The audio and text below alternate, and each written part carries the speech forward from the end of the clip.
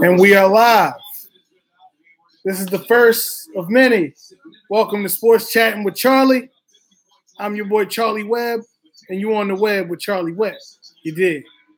Right now is what is it? About to be the fourth quarter of the second round.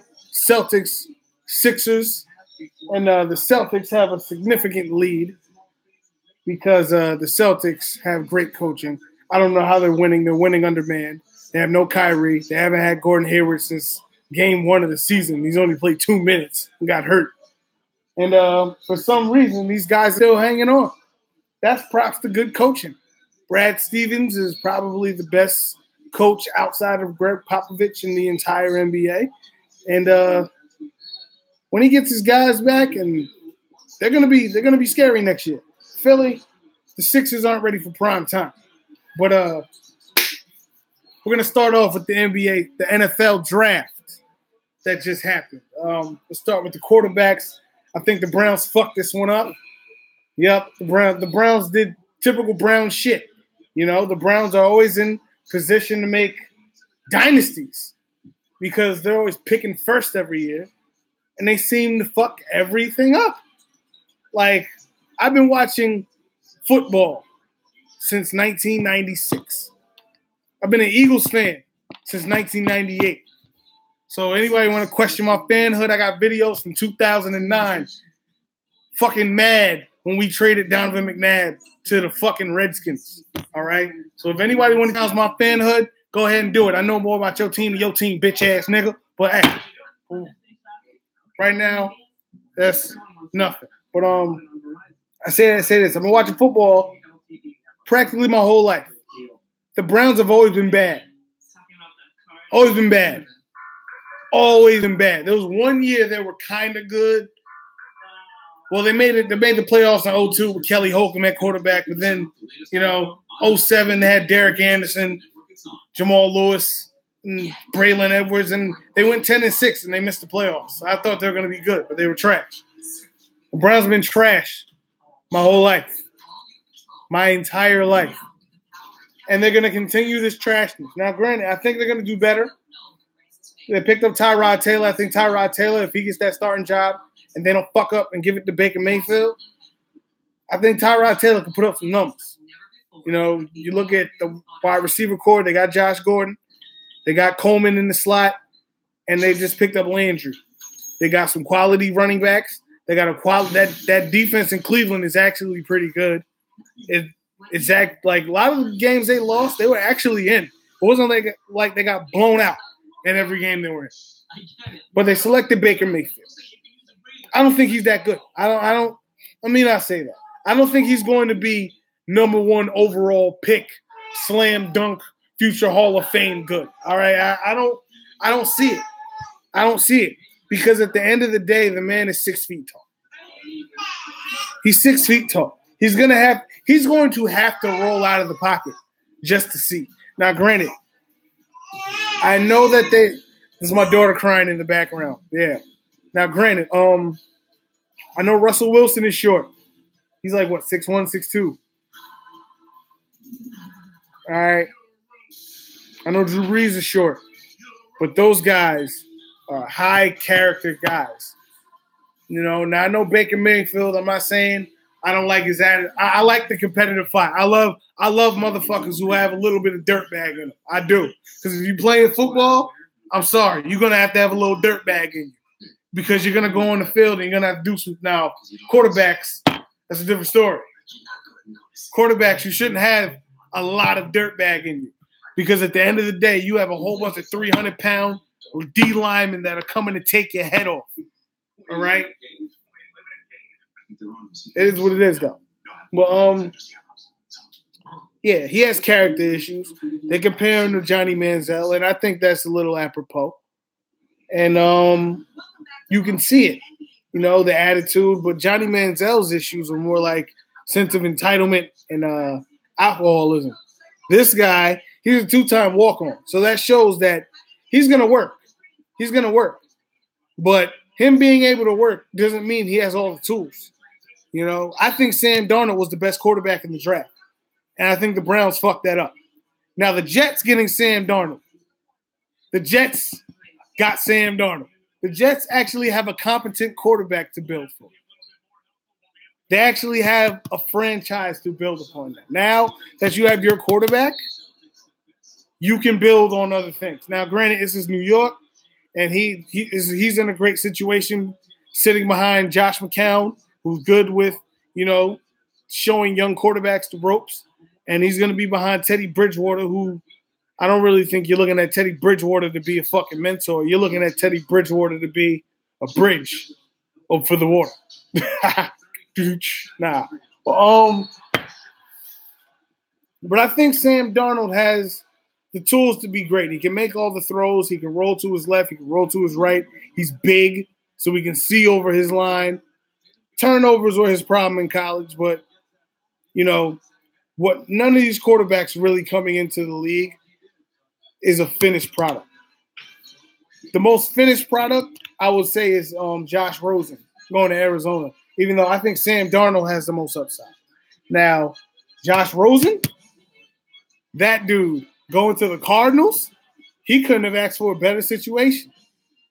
No, he has that fire under his butt, you know, and he's kind of an asshole. Ain't no kind of no. The dude's a real dickhead, but he's the most polished quarterback in the pocket coming out of college this year. There really isn't a quarterback who, coming out of college, was as polished as just standing in the pocket and maneuvering through your reads. You know, looking at your first read, your second read, your third read. You know, before you throw the ball. A lot of these quarterbacks coming into the league, you know, these quarterbacks, they're first read guys. You know, I think Baker Mayfield's a first read guy. You know, I could be wrong, but it is what it is. You know, Sam Darnold's a little more polished, but he tries to make every play. That's why he made a lot of turnovers. Josh Rosen was more of a surgeon. Lamar Jackson is Michael Vick 2.0. I look forward to seeing Lamar Jackson get that job in Baltimore and rip shit. You know, people want to say he was going to be a wide receiver. No, obviously that's some racial shit. If he was a white dude, he would have been the first fucking pick in the draft. Let's be real. But that didn't happen. Black man, last pick in the first round. But he was a first round pick. And people want to get on him because he didn't run in the combine. I like that he didn't run in the combine. He was just like, no, I'm going to throw. Like, you guys know I can run. Like, you guys know that. I'm sorry, I'm a little distracted, Keontae. You know, but he was like, yo, you guys know that I can run. Y'all know what the fuck I can do. I don't need to run. I'd run a 4.3, 4.2. I'm Vic 2.0. I know what I can do. So he's just like, I'm going to work on my own. That's it. Ain't the most electrifying. But while we're here, you didn't sign up for this channel unless you get some Eagles football. I don't give a fuck who you are. You're going to get some Eagles football because obviously if you look at the background, fans since 98 got Super Bowl champs on deck. We are the Super Bowl champs. We got the Super Bowl rings coming, and it is so beautiful. I went to that parade. I turned up like there's nobody's business. You want to talk about a month? I went from my team winning a Super Bowl and then my daughter being born the next month. So you know it's going to be great when we win that Super Bowl next year and my daughter's at that parade and she gets to celebrate with her daddy. But before we do that, we got to go through our draft picks. Now, the guys that we picked up, obviously we didn't have a first-round pick. We traded back to get more picks. Smart move by Howie Roseman. Now, our first pick was great. I loved it. Dallas Goedert from South Dakota. He's a big dude. He has hands. He has speed. I don't know about his blocking, but he looks like he has the size to really pick up the block, to really, you know, pick up the blocking scheme and actually fit. You know, blocking schemes is all about, you know, mentality, knowing what you have to do, but it's also about will and size. And that guy has both. I feel like he will have both. We have a great coaching staff that's going to coach him up, and he's going to be fine. All right? We lost Trey Burton, so now we have another great move tight end to come in and replace him. People say he reminds them of Zach Ertz. He reminds me more of a Travis Kelce, you know. He reminds me a little bit of a Travis Kelce just because he's bigger than Zach Ertz, you know. So we'll see. I like that pick, especially because his name is Dallas, and he got picked in Dallas by my man David Akers, the greatest kicker in Eagles history, who said the last time the Dallas bitch boys went to the Super Bowl, none of them draft picks was born. Take that in the ass. Take that in the face. But nah, our next pick, Avonte Maddox. He's a pure athlete. I watched some of his tape. This dude has speed. 4.3 speed, he can cover. His only problem is size. He lacks the size. But you know, it ain't the size of the dog in the fight. It's the size of the fight in the dog. And I feel like this dude can come in and he can actually make a difference in our nickel coverages, being that we lost Patrick Robinson to free agency. This guy can come in and make a difference, you know, especially with those intermediate slot speedy guys, you know, like your Sterling Shepard, your Stephon Diggs, you know, the Jerry's Wrights, all those guys, you know, the Minnesota people, all those really fast guys, especially because Atlanta just picked up what's his face, Calvin Ridley in the draft. He's probably gonna be their next slot receiver. You know, Dallas. As much as we think about Dallas, and as much as I don't like him, they picked up Tavon Austin. I don't think he's gonna do much because he was trash in St. Louis. He was trash with the LA Rams. He's gonna be trash in Dallas. But you know what? He's fast. We got another fast guy that can cover. So that's great. Our next guy that we picked up, Josh Sweat. His name is Josh Sweat out of Florida State. He's a first-round talent. He fell to the 7th round. So obviously he was a bargain, but he was a bargain because he had injury concerns with his knees. Now, granted, when you're a 7th-round pick, you ain't guaranteed nothing. You ain't guaranteed shit, all right? You ain't guaranteed a goddamn thing. He should just come in, keep your head down, try to not get hurt, learn from possibly the best defensive line in the NFL when you talk about Fletcher Cox and Brandon Graham and Timmy Jernigan and Barnett and Chris Long and Michael Bennett, who we just picked up, and Haloti Nada. You're going to learn some tricks, my guy. That's all I'm going to say. You're going to learn some tricks. Do your thing, man. Try not to get hurt and do your thing. You can make the team. Hopefully he can make the team. That's all I'm saying, because when you're a first-round talent and you went to Florida State, which is a powerhouse for defensive players, I feel like you can make the squad. That's all I'm saying. Just do your thing. I feel like he will add another, form of depth to the defensive line, even though it's an abundance of riches. It's an abundance of riches, I must say. And who else? Matt Pryor. I think that was just a flyer pick. I feel like, just a jag, just a guy. He didn't really test well athletically in the combine. But, we have a great offensive line coach. So as long as you have size, he can coach you up. Maybe he can make a difference, with some depth. And then our last pick was Jordan Mailata, an Australian dude who played rugby, 6'8", 346. We're drafting him to play tackle. He has great feet. He's super long. He's athletic. I watched a video of this dude running a ball, and he was bow-legging motherfuckers. It was crazy. But let's see. He's never played football before. So this is just a fly-on-the-wall pick. Like, fuck it. What do we got to lose? So I feel like we have a shot. I mean, I'm not making any predictions. It's way too early to tell. The NFC as a whole, as a conference, is a powerhouse right now. It is a powerhouse. What the Rams are doing. What the Rams are doing. It's fucking crazy. All right. They picked up 2-man corners. When you have Aqib Talib and Marcus Peters, all that tells me, from a football perspective, they're playing man coverage. This is like, I'm going to lock you up. My man on the other side going to lock him up. And the D-lines with Aaron Darnold and Max and what's his Matt? And Ndamukong Suh. They're going to wreak havoc on quarterbacks because who are you going to throw to? They're going to lock up your receivers. You better make sure you're tight end. You got a good back coming out of the backfield for screens.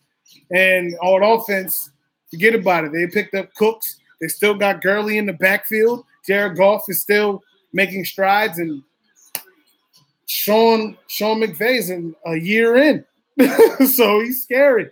The Rams are scary. The Saints, scary again.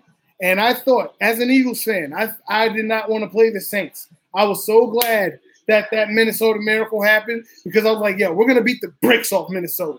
I'm not worried about Minnesota because they had Case Keenum. I was like, we're going to beat the ever-living dog out of them.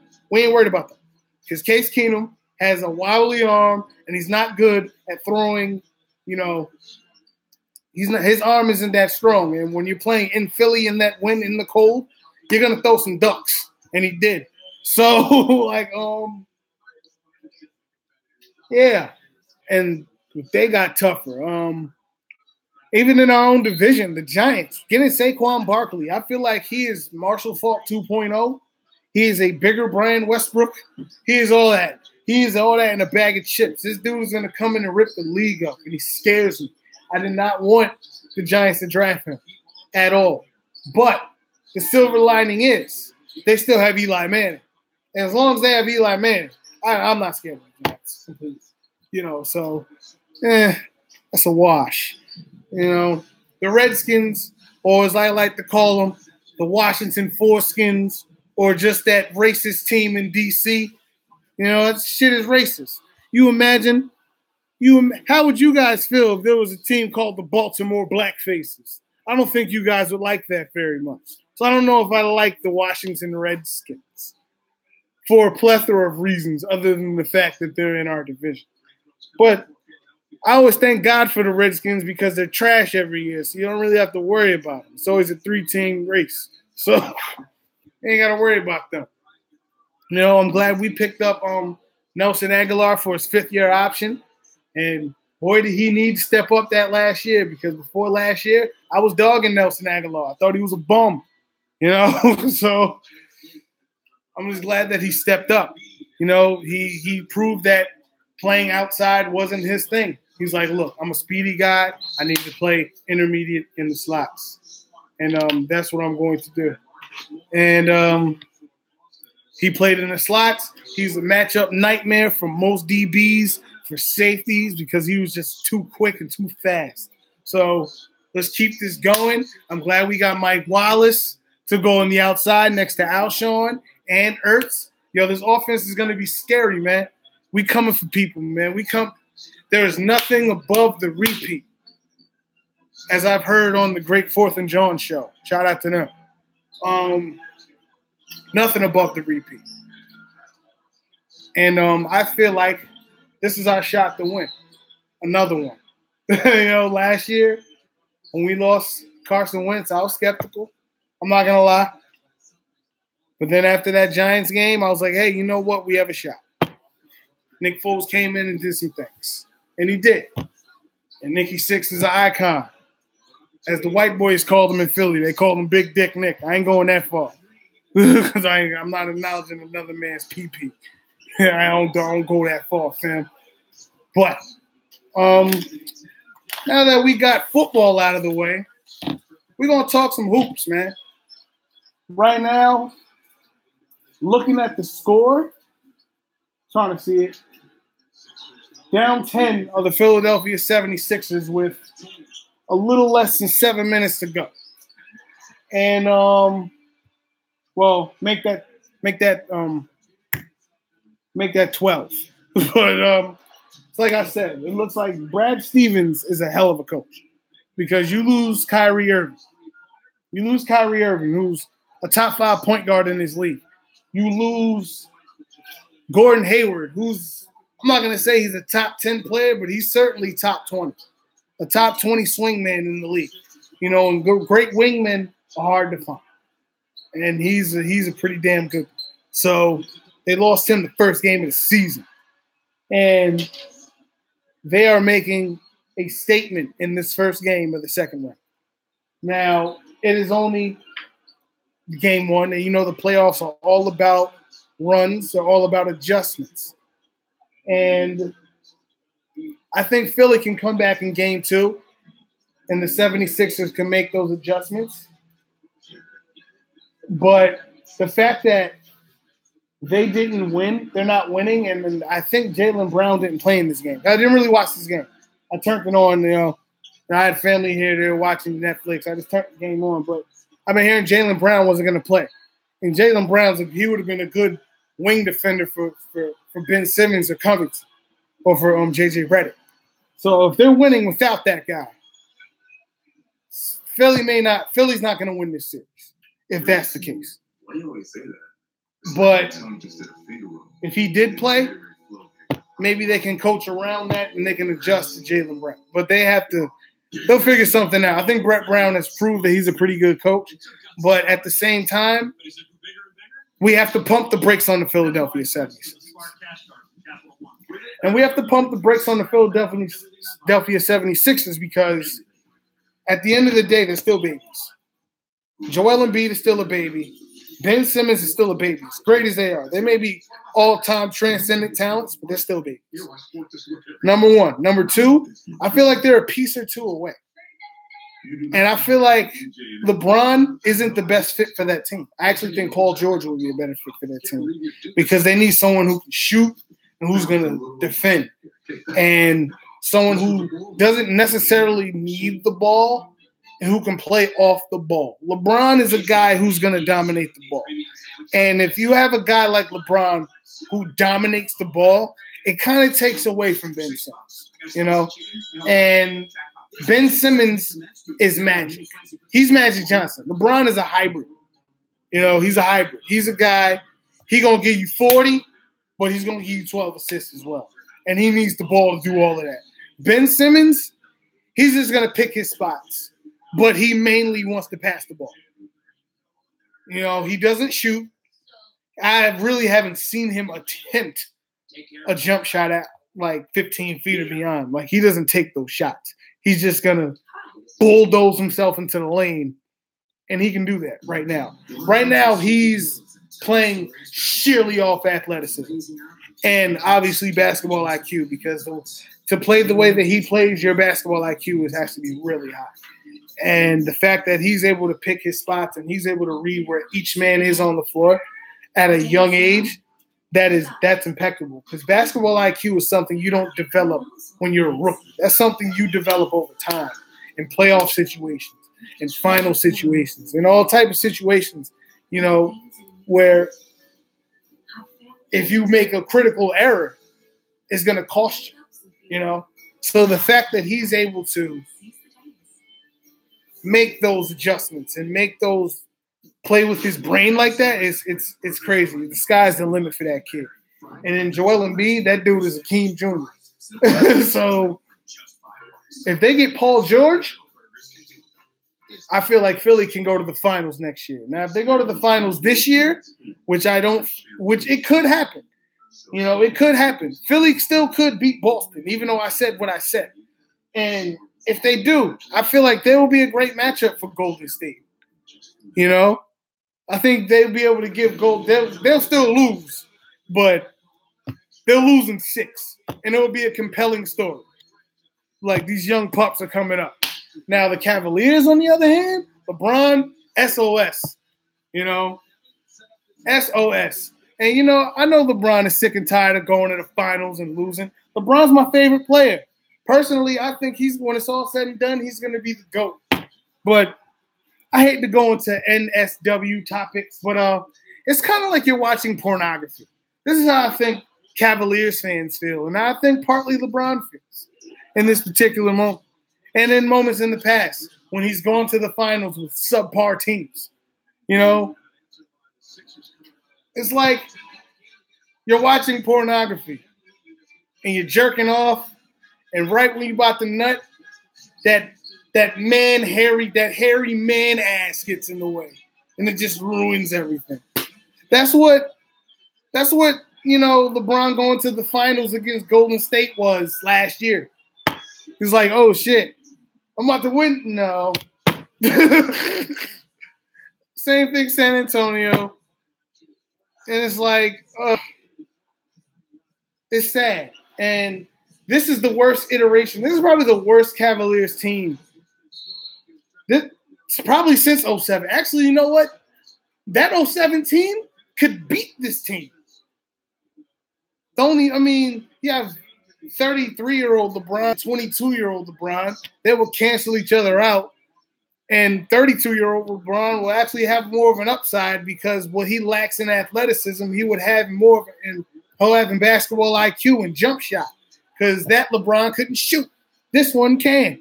But the team around him, at least in 07, could play defense. Let's not act like that team in 07 ran through the whack-ass Eastern Conference that we've seen over the last decade. No. He had to go through a pretty good damn Detroit Pistons team with Chauncey and Rip and Sheed. And he put a 48 special on him. He had to do that, carrying that sad sack of shit sippers that he had back in the day. But the only difference is those shit sippers actually knew how to play defense. These shit sippers can't even do that. So if you look at the numbers, other than LeBron James, you know what the highest point total, the highest scorer, nobody on the Cavaliers other than LeBron James has scored more than 11.5 points a game. 11.5 points a game. You know what that is? That's less than 4 3-pointers. That's 4 Steph Curry threes. 11.5 points. Just about. None of them niggas is doing that. Kevin Love is a bum. I'm sorry. Anybody who likes Kevin Love, I'm sorry. No. The guy is soft. The guy doesn't play any defense. The guy, he misses open 3-pointers. He's outgunned. He can't defend any. He's a liability on both sides of the court. So if the Cavaliers have any chance of winning in the future, not this year, because they ain't winning shit this year. This year's a wash. And if they have any chance of recouping LeBron James, you need to trade Kevin Love, see what you get for Kevin Love, or maybe trade Kevin Love in that Brooklyn pick and see if you can do a sign and trade for Boogie Cousins or a sign and trade for Paul George. Because other than that, you're not keeping that man. That man is gone. And personally, LA looks good, but do you really believe in LA right now? I only believe in LA if LeBron can go there with another guy, which looks like that'll probably be the case. I like San Antonio for him personally, but you don't know how that Popovich Kawhi Leonard situation is looking or maybe LeBron and Kawhi could team up in LA. And if that happens, Golden State that could be a run for their money. Now, what else was I supposed to talk about? Oh, the Oklahoma. Wrap it up. 30 minutes. Yeah, I'm gonna wrap it up. But the last thing, because I was requested when somebody was actually asked me to talk about the New York Knicks. Yeah, someone asked me to talk about the New York Knicks on Instagram. I was gonna shut it off, but my man, shout out my man Mooka Mike. I got you. The New York Knicks. All right. Porzingis, obviously that's a huge blow. It depends on what they get in the draft lottery. If they're able to get a top 5 pick in a very loaded NBA draft, then maybe they can do something. It also depends on the coach. I think they should hire Mark Jackson. He's a New York native. His roots are deep rooted in New York. And I think that would be a good move, being that he was the guy that actually turned around the Golden State Warriors before they fired him and gave it to Steve Kerr. And now he's getting all the credit. So I think maybe you get best case scenario, you get a top 3 pick. You could get Luka Doncic or Michael Porter Jr. or Trae Young. somebody in the draft to pair with Porzingis, and you guys have a shot to build something. And that's it. But most importantly, shout out to you guys. This is my first video, first of many. Shout out to my Eagles fans everywhere. Fly, Eagles, fly to the motherfucking sky. And we out. Peace. Thank you. Oh, stop this. No? Got plenty of time.